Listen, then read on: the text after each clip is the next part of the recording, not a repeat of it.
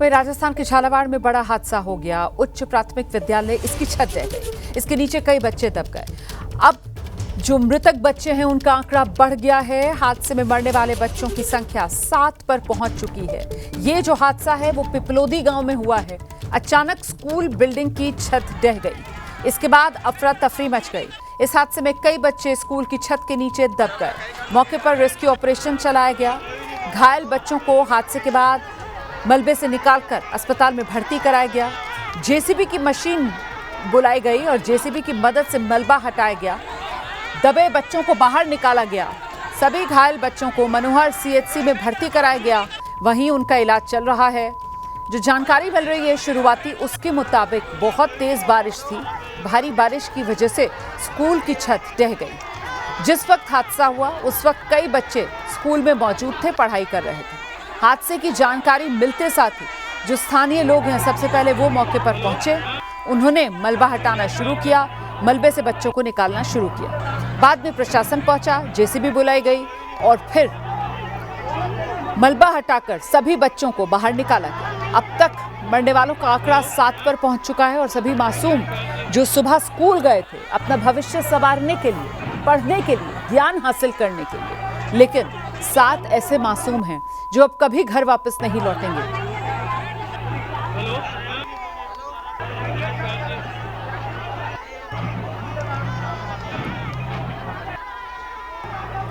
तो झालावाड़ में यह हादसा हुआ है जहां स्कूल की छत गिर गई। शुरुआती जानकारी जो मिल रही है उसके मुताबिक ये जो छत है इसका प्लास्टर पहले ही उतर रहा था और काफ़ी जर्जर हालत में ये स्कूल नज़र आ रहा था, लेकिन प्रशासन की तरफ से कोई सुध ली नहीं गई, कोई एहतियाती कदम नहीं लिया गया।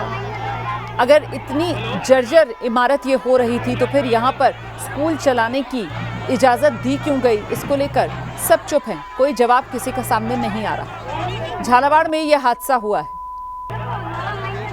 3 तस्वीरें आपके सामने। जब हादसा हुआ उसके फौरन बाद की तस्वीर। स्थानीय लोग सबसे पहले पहुंचे घटनास्थल पर और मलबा अपने हाथों से ही लोगों ने हटाना शुरू किया। बाद में जेसीबी बुलाई गई और फिर मलबे को हटाया गया। और वहीं तस्वीरें आप अस्पताल की भी देख रहे हैं जहां पर रोते बिलखते परिजन अपने बच्चों को गोद में उठाकर पहुंच रहे थे अस्पताल इलाज के लिए। वहीं राजस्थान के शिक्षा मंत्री हैं मदन दिलावर, उनका बयान सामने आ गया है। राजस्थान में हजारों स्कूल बिल्डिंगें जर्जर हैं। जर्जर स्कूल्स की मरम्मत के लिए 200 करोड़ का ऐलान सरकार की तरफ से किया गया है। राजस्थान में हजारों स्कूल की हालत जर्जर। जर्जर स्कूलों की मरम्मत के लिए 200 करोड़ रुपए का प्रावधान। मानसून के दौरान ऐसी बिल्डिंगों की जांच नहीं की गई थी कि ऐसी बिल्डिंग खराब है, कई जगह पे ऐसे हालात और भी बने हुए हैं। हम सूचना प्राप्त करते रहते हैं, लेकिन सबकी मरम्मत कराना तुरंत जरूरी नहीं होता। लेकिन हमने निर्देश दिए हुए कि जहाँ ऐसी जर्जर अवस्था में या मेंटेनेंस मांग रही है, नुकसान हो सकता है, उस बिल्डिंग में बच्चों को नहीं मिला। बहुत ऐसी कई जगह टेंट में भी स्कूल चल रहे हैं, इसके लिए क्या करें? वो बात करेंगे अभी, क्योंकि सर आप इस आपने निर्देश के बाद भी काम नहीं हुआ तो आप क्या खिलाफ इसकी कार्रवाई करेंगे? अभी हमारा सबसे पहले बच्चों को राहत देना है, जो घायल हो गए उनको बचाना है। भगवान करे सब कुशल रहे, सब जल्दी स्वस्थ हो जाए, मैं भगवान से प्रार्थना। एक सवाल छोटा सा ही है, आप एज ए शिक्षा मंत्री कुल कितने बिल्डिंग आइडेंटिफाई हो पाए जो जर्जर हैं राजस्थान में? राजस्थान में देखो मेरी एग्जैक्ट संख्या नहीं, लेकिन हजारों की संख्या में है। तो क्या कर रहे हैं हम चरणबद्ध तरीके से उनको ठीक करने के ऑर्डर दे रहे हैं। हमने स्वीकृतियाँ जारी कर दी है। लगभग 200 करोड़ रुपए की हमने और मरम्मत योग्य जो भवन है उनको ठीक करने की स्वीकृतियाँ जारी की है। वहीं बीजेपी के विधायक बाल मुकुंद आचार्य ने स्कूल हादसे को लेकर कांग्रेस पार्टी पर निशाना साध दिया। कह रहे हैं कि ये कांग्रेस के पिछले कार्यालय का भ्रष्टाचार है। इस तरह का काम पिछले कार्यकाल में कांग्रेस के हुआ है कि आज इन हादसों से समझा जा सकता है। मुझे अभी आपके द्वारा ही ज्ञात हुआ है, बिल्कुल मैं इस बात को अभी पता करता हूं कि किन कारणों से हुआ है। मुझे जहां तक कि पिछले कांग्रेस काल जो रहा है उस कांग्रेस काल का भ्रष्टाचार है, जिसमें जिस प्रकार के काम हुए हैं वो देख ही रहे हैं हम लोग। किस प्रकार के रोड के काम हुए, किस प्रकार के ब्रिज के काम हुए हैं। जो काम अति आवश्यक थे वो उन कामों में भी इन्होंने गड़बड़ियां कर दी और स्कूल जैसी बिल्डिंग में भी इन्होंने कोई कमी छोड़ दी, नुकसान है। तो ये मैं मानता हूं कि इनकी खामियां हैं जो धीरे धीरे सामने आ रही है। कांग्रेस काल में जो भ्रष्टाचार है वो खुल के सामने आ रहा है धीरे धीरे। तो इन पर जांच होगी और जो भी संबंधित इससे संबंध रखने वाले जो लोग थे, बनने अधिकारी से लेकर ठेकेदार तक, उन सब पर कार्रवाई होगी। मुझे पूर्णतः इसका विश्वास है। और आइए सीधे रुक करते हैं, हमारे साथ हमारे सहयोगी मोहम्मद मोइन इस वक्त मौजूद हैं। जरा मोहम्मद मोइन से ही जान लेते हैं। मोहम्मद मोइन, जब पिछली बार मेरी आपसे बात हो रही थी तब मरने वालों का आंकड़ा 4 था जो अब बढ़कर 7 पर पहुंच चुका है। कितने घायल बच्चे अभी भी ऐसे हैं जिनकी हालत गंभीर बनी हुई है, क्या है अपडेट?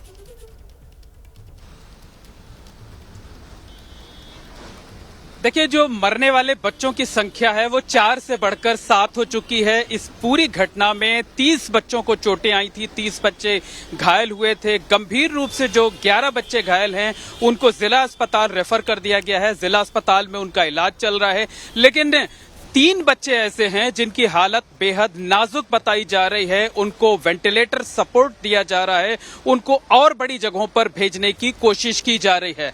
लेकिन बड़ा सवाल यह है कि 7 बच्चों की मौत हुई, 30 बच्चे घायल हैं, इसका जिम्मेदार कौन है? ये किसकी जवाबदेही है, किसकी लापरवाही है? अगर स्कूल की बिल्डिंग जर्जर थी, डैमेज थी, तो फिर बच्चों को वहां बिठाने का रिस्क क्यों लिया गया? शिक्षा मंत्री की तरफ से यह बताया जा रहा है कि हमने 200 करोड़ रुपए रिलीज कर दिए थे। हमने 2 जुलाई को ही पूरे प्रदेश में एक आदेश जारी किया था कि जो भी बिल्डिंग्स जर्जर हैं वहां बच्चों को ना पढ़ाया जाए, उनको वैकल्पिक व्यवस्था मुहैया कराई जाए। लेकिन इस स्कूल के, चाहे वो हेडमास्टर रहे हों, चाहे ब्लॉक के अधिकारी रहे हों, चाहे जिले के अधिकारी रहे हों, और चाहे सरकार के लेवल की अगर बात की जाए, अगर स्कूल की बिल्डिंग जर्जर थी तो बच्चों को वहां क्यों पढ़ाया जा रहा था? क्यों बच्चों की जिंदगी के साथ खिलवाड़ किया गया? क्या इसमें कोई जवाबदेही तय की जाएगी?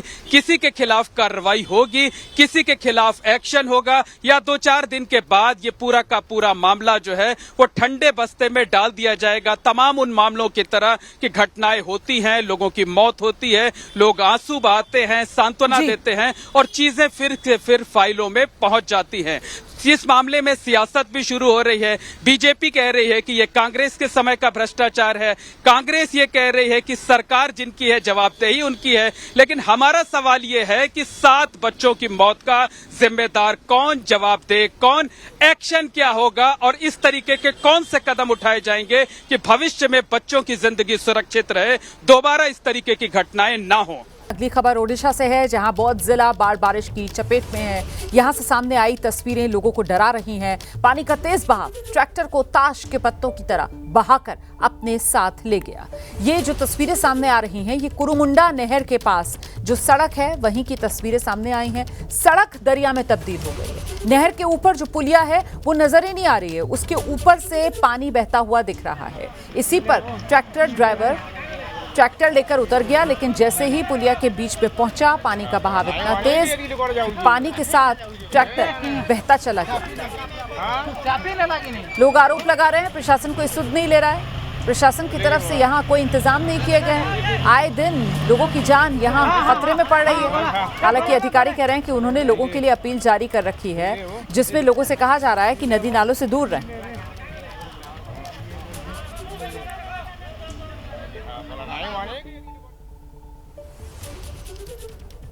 वहीं बिहार के नवादा में बारिश की वजह से हालात बेहद खराब, जगह जगह जलभराव से लोगों की मुश्किलें बढ़ गई हैं। जिला अस्पताल भी पानी की जद में है।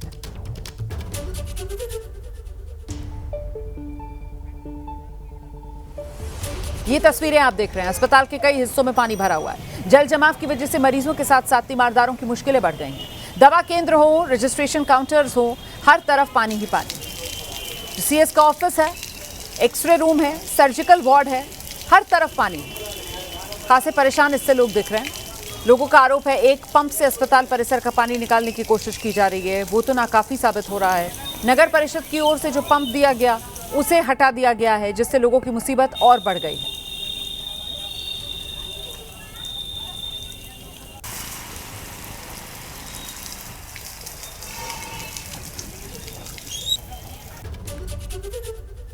उधर राजस्थान के टोंक में लगातार बारिश, जिससे बीसलपुर डैम फुल है। गुरुवार को डैम का एक गेट खोलना पड़ा, पानी बाहर निकालना पड़ा। पूरे इलाके में पहले चेतावनी दी गई सायरन की आवाज से, उसके बाद गेट खोला गया।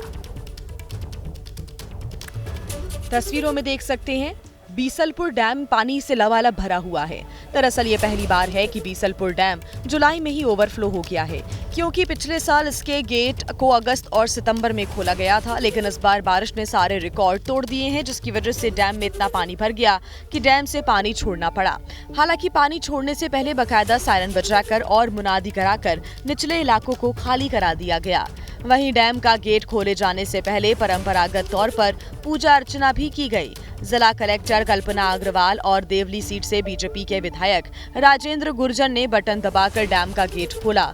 इस नजारे को देखने के लिए बड़ी संख्या में लोगों की भारी भीड़ जुट गई। किसी ने ताली बजाकर खुशी मनाई तो किसी ने जयकारे लगाए। कुछ लोगों ने मिठाइयां भी बांटी। बता दें कि बीसलपुर डैम में 18 गेट हैं, जिसमें से सिर्फ एक ही गेट खोला गया है। वहीं राजस्थान के सिरोही में बारिश लोगों के लिए मुसीबत बनी हुई है। माउंट आबू में एक घर की दीवार गिरी है, पूरा घर खतरे की जद में है। घर की दीवार के साथ साथ मकान के नीचे की जमीन भी खिसक गई। घर का कुछ हिस्सा हवा में लटक गया, जहां इससे पहले फर्श हुआ करता था। निचले इलाके वाले घरों की टीन शेड तक घरों का मलबा पहुंच गया। गनीमत रही कि हादसे में कोई जनहानि नहीं हुई, नहीं तो बड़ा हादसा हो सकता था। वहीं हादसे की सूचना पर आपदा दल और नगर पालिका की टीम पहुंची। घर को पहुंचे नुकसान का आकलन किया गया। आपदा टीम ने घर के सदस्यों को फिलहाल सुरक्षित स्थान पर शिफ्ट होने की सलाह दी है।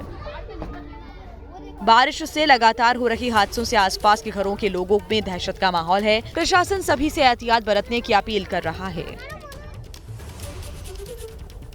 उधर मध्य प्रदेश के सागर जिले में एक बाइक सवार की जान बाल बाल बची। जहरीले सांप के साथ साथ बाइक पर घूम रहा था। हालांकि जैसे ही उसे इसकी भनक लगी तो उसके तो होश फाख्ता हो गए। तस्वीरें भी आप देख रहे हैं। बाइक लेकर मैकेनिक के पास पहुंचा ये लड़का। मैकेनिक ने टंकी के नीचे चेक किया तो फुफकार मारता सांप वहां पर नजर आया, जिसकी जानकारी जो स्नेक कैचर है अकील बाबा उसे दी गई। अकील बाबा ने इस सांप पर काबू पाया। बताया जा रहा है कि ये सांप दुनिया के सबसे जहरीले सांप में शुमार किया जाता है। गनीमत रही जिस वक्त पर बाइक सवार मौजूद था उसे सांप दिख गया, उसकी जान बाल बाल बच गई। लोगों की अगर माने तो बारिश के महीने में सांप कहीं भी आशियाना बना लेते हैं और ऐसे में सावधानी बरतने की सख्त जरूरत है।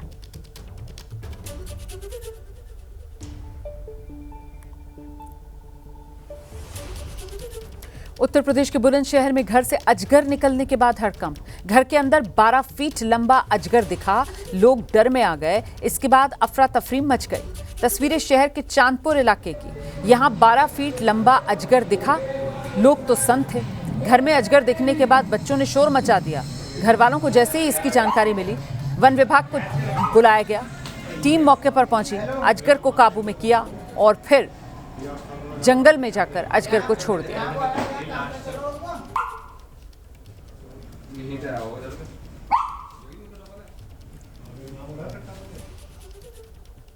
उत्तर प्रदेश के कानपुर में बिजली की परेशानी झेल रहे लोगों का सब्र टूट गया।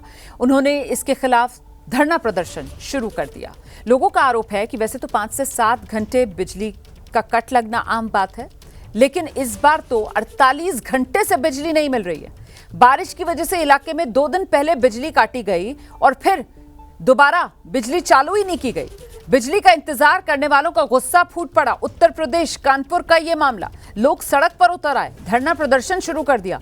पुलिस प्रशासन मौके पर पहुंची, दावा किया कि उनकी ओर से लोगों को समझाया गया है। हालांकि लोगों का आरोप है पुलिस ने उन्हें झूठे मुकदमे में फंसाने की धमकी दी।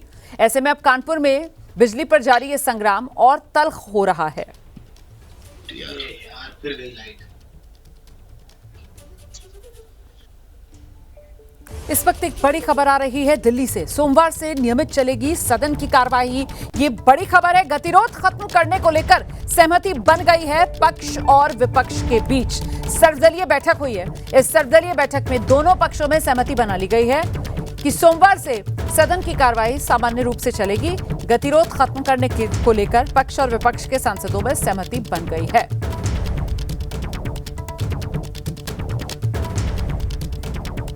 अब बात करते हैं एक नए वॉर फ्रंट की। दरअसल थाईलैंड और कंबोडिया के बीच जंग भीषण होती जा रही है। मंदिर को लेकर शुरू हुआ ये विवाद और दोनों देशों में अब वॉर जोन की तरफ तब्दील हो रहा है, जहां दोनों देश अपनी पूरी ताकत झोंकते नजर आ रहे हैं। आज सुबह से भी सीमा पर दोनों तरफ से गोलीबारी चल रही है। दोनों ही देशों को इस संघर्ष में काफी नुकसान अब तक हुआ है। थाईलैंड ने जवाब में कंबोडिया के सैन्य ठिकानों पर हवाई हमले करने शुरू कर दिए। हमलों को देखते हुए थाईलैंड ने बॉर्डर पर F-16 लड़ाकू विमान तैनात किए हैं। दोनों देशों ने एक दूसरे पर पहले हमला करने का आरोप लगाया। दोनों ही देश एक दूसरे पर रॉकेट से, ड्रोन से लगातार हमले कर रहे हैं। इस विवाद की वजह 900 साल पुराना शिव मंदिर है, जिस पर दोनों देश अपना अपना हक जमाते हैं।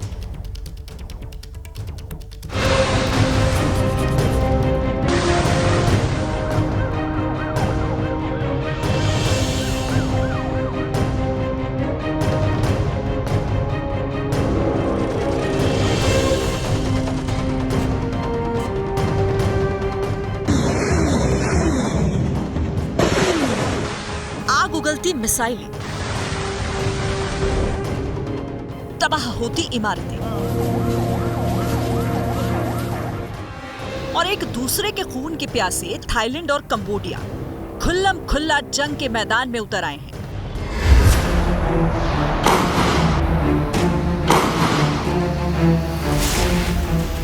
भारत के पड़ोस में नई जंग छिड़ी हुई है, वो भी शिव मंदिर और इसके आसपास की जगह को लेकर।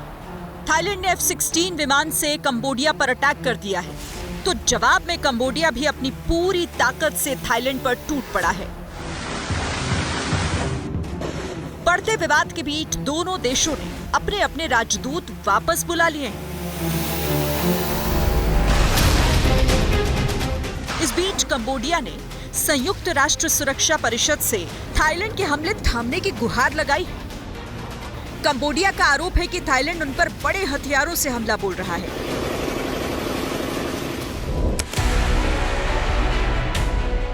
कंबोडिया ने थाईलैंड से फल, सब्जियां, ईंधन और गैस का आयात रोक दिया है। इसके अलावा थाई फिल्मों और टीवी शो पर प्रतिबंध भी लगा दिया गया है और कुछ अंतर्राष्ट्रीय इंटरनेट और बिजली आपूर्ति लिंक भी बंद कर दिए हैं। जबकि थाईलैंड के कार्यकारी पीएम फुमथेम वेचियाचाई ने सफाई दी है कि वो अंतर्राष्ट्रीय कानून का पालन करेंगे। दरअसल इस जंग में विवाद की जड़ वो बॉर्डर है जहां पर शिव मंदिर बना हुआ है।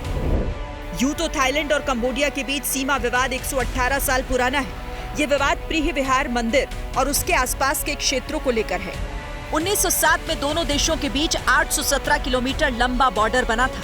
इस बॉर्डर का विरोध थाईलैंड हमेशा से करता आ रहा है, क्योंकि नक्शे में प्रीह विहार नाम का ऐतिहासिक मंदिर कंबोडिया के हिस्से में दिखाया गया। 1962 में इंटरनेशनल कोर्ट ऑफ जस्टिस ने हिंदू मंदिर को लेकर फैसला कंबोडिया के पक्ष में दिया था। थाईलैंड ने इसे स्वीकार किया, लेकिन आसपास की जमीन को लेकर विवाद जारी रखा। अब यहीं से विवाद की जड़ बना हुआ है। ये मंदिर तो सिर्फ एक बहाना है। बेसिक इशू ये है, पहली, दोनों आसियान के सदस्य जरूर हैं। कंबोडिया सबसे नया मेंबर था 1999 में, लेकिन उनका आपस में ट्रस्ट, भरोसा बिल्कुल नहीं है। वो एक दूसरे को बहुत शक की नज़र से देखते हैं। दो, एक का जो रवैया है, एक की लीनिंग कंबोडिया की चीन की तरफ है, थाईलैंड की अमेरिका की तरफ है। और फिर तीसरी चीज़, वियतनाम बड़ा कंसर्न है कि चाइना इतना इन्वेस्ट कर रहा है। एक नेवल बेस भी वहाँ बना दिया उसने कंबोडिया में, क्योंकि उन दोनों के बीच में भी संबंध ठीक नहीं है। एथनिक बैकग्राउंड, हिस्टोरिकल बैकग्राउंड, बहुत सी चीज़ें हैं। तो वियतनाम भी कहता है चाइना से कि भाई ये तो मेरा इलाका है, तू यहाँ क्या फुदक रहा है। तो ये तीन चीज़ें अगर आप ध्यान में रखें तो ये स्पष्ट हो जाता है कि ये एक प्रॉक्सी वॉर है।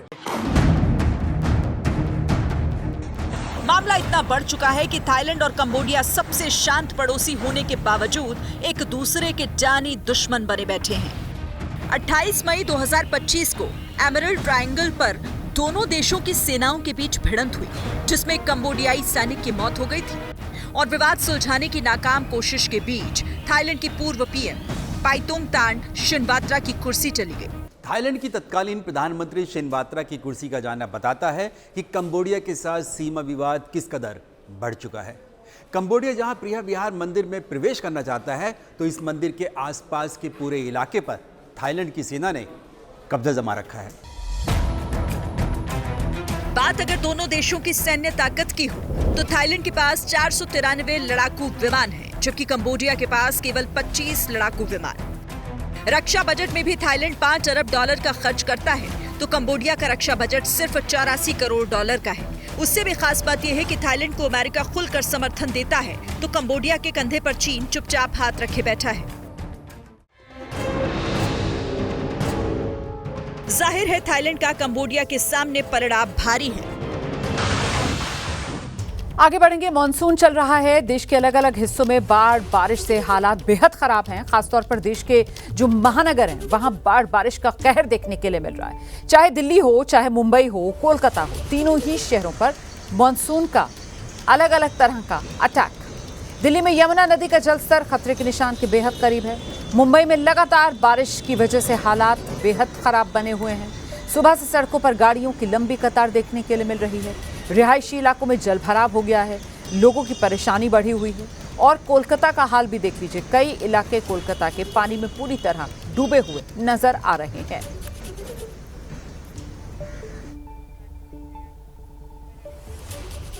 सबसे पहले आपको देश की आर्थिक राजधानी मुंबई की तस्वीरें दिखा देते हैं। आज सुबह से मूसलाधार बारिश की वजह से ये देखिए कैसे मुंबई शहर पानी पानी। मौसम विभाग ने बारिश का ऑरेंज अलर्ट मुंबई के लिए जारी किया है। इसके बाद सुबह से ही तेज बारिश हो रही है। शहर के कई इलाकों में पानी भरा है।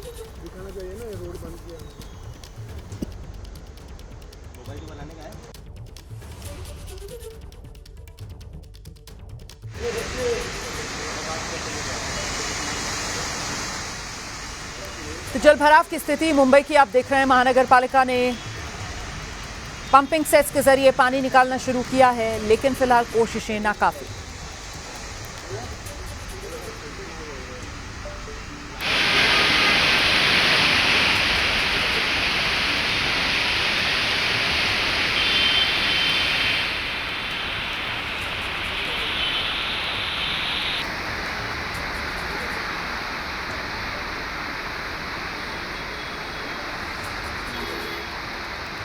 तस्वीरों को देखकर अगर आपको लग रहा है कि मैं किसी नहर या नदी में खड़ा हूं तो आप गलत हैं। मैं मुंबई की एक सड़क पर खड़ा हूं, वो सड़क जो मुंबई के अंधेरी ईस्ट और अंधेरी वेस्ट को जोड़ती है। मुंबई में पिछले 4 घंटों से लगातार तेज मूसलाधार बारिश हो रही है और इस बारिश के चलते कई निचले इलाकों में पानी भरना शुरू हो गया है। मैं मुंबई के अंधेरी सबवे के पास हूँ और अंधेरी सबवे के पास सड़क की इस स्थिति को देखिए और अनुमान लगाइए कि कुछ घंटों की बारिश में मुंबई का क्या हाल हुआ है। अंधेरी का सबवे जो कि लो लाइन इलाका आता है, अगर घंटे भर भी तेज मूसलाधार बारिश हो जाए तो ये अंधेरी सबवे भर जाता है और आज भी वही हुआ। ये जो तस्वीर आप देख रहे हैं, ये सामने अंधेरी सबवे है। अंधेरी सबवे को बंद कर दिया गया है आवाजाही के लिए, गाड़ियों की आवाजाही के लिए इसे रोक दिया गया है और सबवे में पानी भर गया है। यहाँ आप दाहिनी तरफ देखें तो ये ऊंचाई पर जो आपको पानी बहता हुआ नजर आएगा, ये नाला है। नाला ओवरफ्लो कर रहा है। ये तस्वीरें बताती हैं कि कुछ घंटों की बारिश में मुंबई का क्या हाल हुआ है। हो रही है। आज हवामान खाते ने ऑरेंज अलर्ट की घोषणा की थी, उसी हिसाब से आज सुबह से जोरदार बारिश हो रही है। जो मुंबईकर है वो अभी काम के लिए निकल गए और हम देख सकते हैं मुंबई बीएमसी के तरफ से जो पानी भरा है वो निकलने की कोशिश जारी की गई है। उसके बाद सब नागरिकों को देखिए ये बारिश के वजह से तकलीफ हो रही है और कुछ ही देर में इधर पूरा पानी भर जा सकता है। इसके लिए अभी बीएमसी पूरा काम कर रही है। वहीं पश्चिम बंगाल की राजधानी कोलकाता में बीती रात से रुक रुक कर बारिश हो रही है, जिससे हालात बेहद खराब है। बीती रात से जारी बारिश की वजह से शहर में कई जगह जल भराव की स्थिति, लोगों को बहुत मुश्किलों का सामना करना पड़ रहा है। इसकी वजह से देखिए कैसे लोग सड़कों पर जो पानी भरा हुआ है उसी से गुजरने को मजबूर हैं। मौसम विभाग कह रहा है कि बारिश तो अभी जारी रहेगी आने वाले कुछ दिन तक। सोमवार तक बताया गया है, मौसम विभाग की तरफ से अनुमान जताया गया है कि यूं ही कोलकाता पानी पानी रहेगा और मतलब ये कि लोगों की मुश्किलों में और इजाफा होना आने वाले समय में तय है। अभी हम कोलकाता के सेंट्रल एवेन्यू पे खड़े हैं। कल रात से आज सुबह तक यहाँ पे जितनी बारिश हुआ है, इसके लिए शहर कलकत्ता के बहुत सारे जो जगह पे हैं, बहुत सारे इंपॉर्टेंट जो रास्ते हैं वो अभी पानी के नीचे चला गया है। अब सेंट्रल एवेन्यू जो बहुत ही इंपॉर्टेंट एक रास्ता है, रोड है, जिससे कलकत्ता के सेंट्रल कोलकाता को जोड़ा जाता है या दक्षिण कोलकाता को जोड़ा जाता है, वहाँ पे अभी जो दिखाई दे रहा है कि पूरा समुंदर बन चुकी है और बहुत सारे जगह पे अभी ट्रैफिक जैम वो भी अभी है। केएमसी का जो गाड़ी है, जेट पंप, वो भी चलाया गया है, लेकिन बहुत सारे जगह अभी पानी के नीचे है। कब ये पानी उतरेगा? बारिश होने से ही शहर कलकत्ता के बहुत सारे रास्तों वो पानी के नीचे चला जाता है। क्यों? यही क्वेश्चन कर रहे हैं, यही प्रश्न कर रहे हैं लोकल। कैमरा पर्सन दितेंद्र चक्रवर्ती के साथ सुकांत मुखर्जी, एबीपी न्यूज, कोलकाता। उधर हिमाचल प्रदेश के चंबा में फिर से लैंडस्लाइड, जहां पर पहाड़ का हिस्सा दरक कर नीचे आया और लोगों की तो सांसें अटक गई। अचानक पहाड़ का हिस्सा टूटा, सड़क पर आ गया। पहाड़ से चट्टानें टूटकर गिर रही थी। जो भी इस तस्वीर को देख रहा था वो सिहर रहा था। इलाके में धुएं का गुबार भी छा गया। देखिए, इस लैंडस्लाइड की वजह से 5 गांवों को जोड़ने वाला रास्ता बंद हो गया है।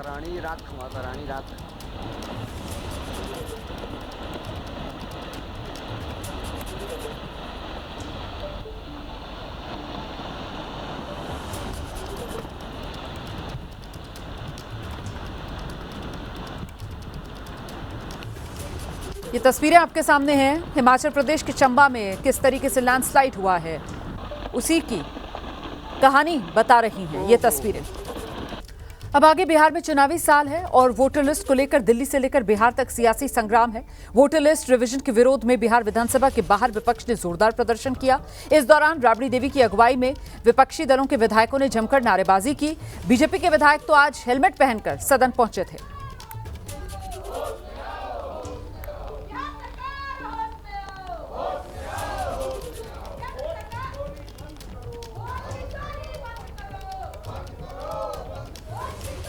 चुनाव आयोग का ये वोटर लिस्ट पुनरीक्षण का मुद्दा, इसी पर बिहार में सियासत गर्म है। विधानसभा में विपक्षी विधायकों ने जब जोरदार हंगामा किया तो विधान परिषद में काले कपड़े पहनकर आए महागठबंधन के एमएलसीज पर सीएम नीतीश कुमार ने जमकर निशाना साधा है।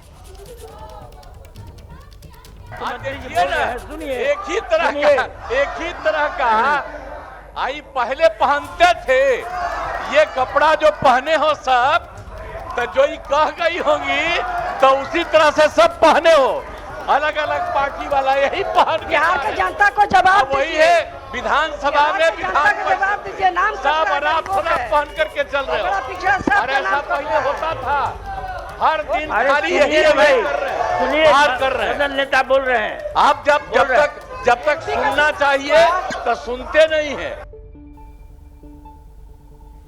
वहीं बिहार की पूर्व मुख्यमंत्री राबड़ी देवी ने डिप्टी सीएम सम्राट चौधरी पर गंभीर आरोप लगा दिए। राबड़ी देवी ने सम्राट चौधरी को लेकर क्या कहा, आप खुद सुनिए। बच्चे से पिटाई वो करता है बरिंग रोड बैठ के, बच्चे से करेगा, हम लोग देखते हैं लड़की के छेड़त रहे हुआ बैठ के। अश्लील कंटेंट को लेकर सरकार का बड़ा एक्शन देखने के लिए मिला है। दरअसल 25 ओटीटी एप्स और वेबसाइट्स बंद कर दिए गए हैं। 26 वेबसाइट्स और 14 मोबाइल ऐप्स बंद किए गए हैं। अश्लील कंटेंट को लेकर सरकार सख्त, और इसी के तहत ये एक्शन जो सरकार की तरफ से लिया गया है, बड़ी कार्रवाई सरकार ने की है अश्लील कंटेंट को लेकर। उधर कानपुर देहात में रफ्तार का कहर दिखा। एक तेज रफ्तार स्कॉर्पियो बेकाबू हो गई, डिवाइडर से टकरा गई। कार इतनी तेज रफ्तार में थी, डिवाइडर से टकराकर खिलौने की तरह देखिए कैसे कार उछलने लगी। यह घटना अकबरपुर कोतवाली के 12 जोड़ टोल प्लाजा के नजदीक की बताई जा रही है। हादसे की तस्वीरें सीसीटीवी में सामने हैं। इस दौरान एक बाइक सवार बस बाल बाल बचा है। गनीमत यह रही कि हादसे में कोई हताहत नहीं हुआ।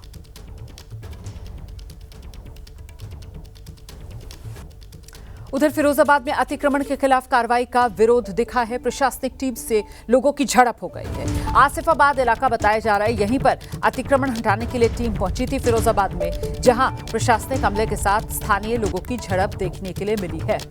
ये तस्वीरें सामने आ गई। प्रशासनिक अमला बाकायदा जेसीबी मशीन के साथ, बुलडोजर वाला एक्शन यहां पर होना था। ये जो अवैध अतिक्रमण है वो हटाया जाना था, लेकिन स्थानीय लोग जो हैं वो प्रशासन की टीम के साथ उलझ गए।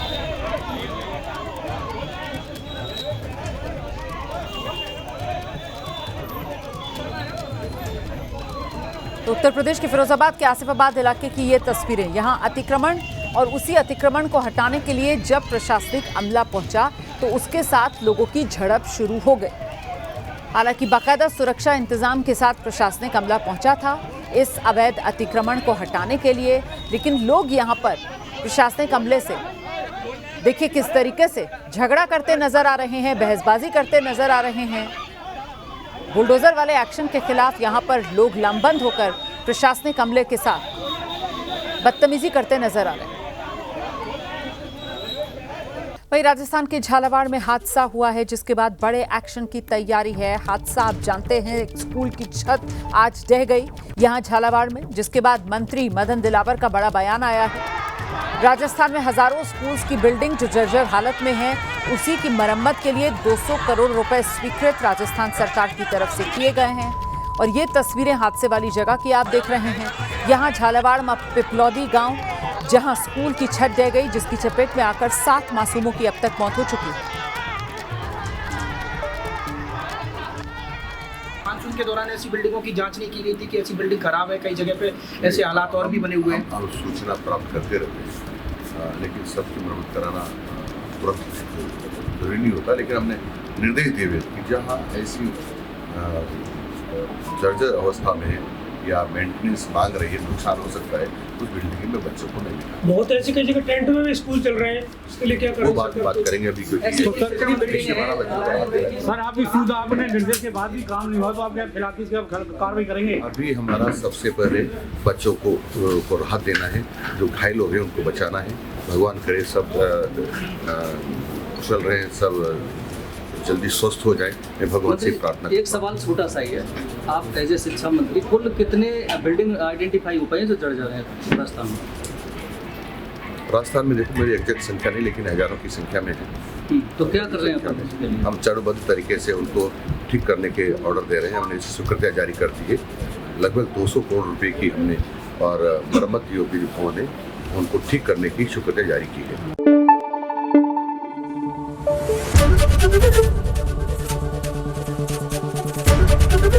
एबीपी न्यूज आपको रखे आगे।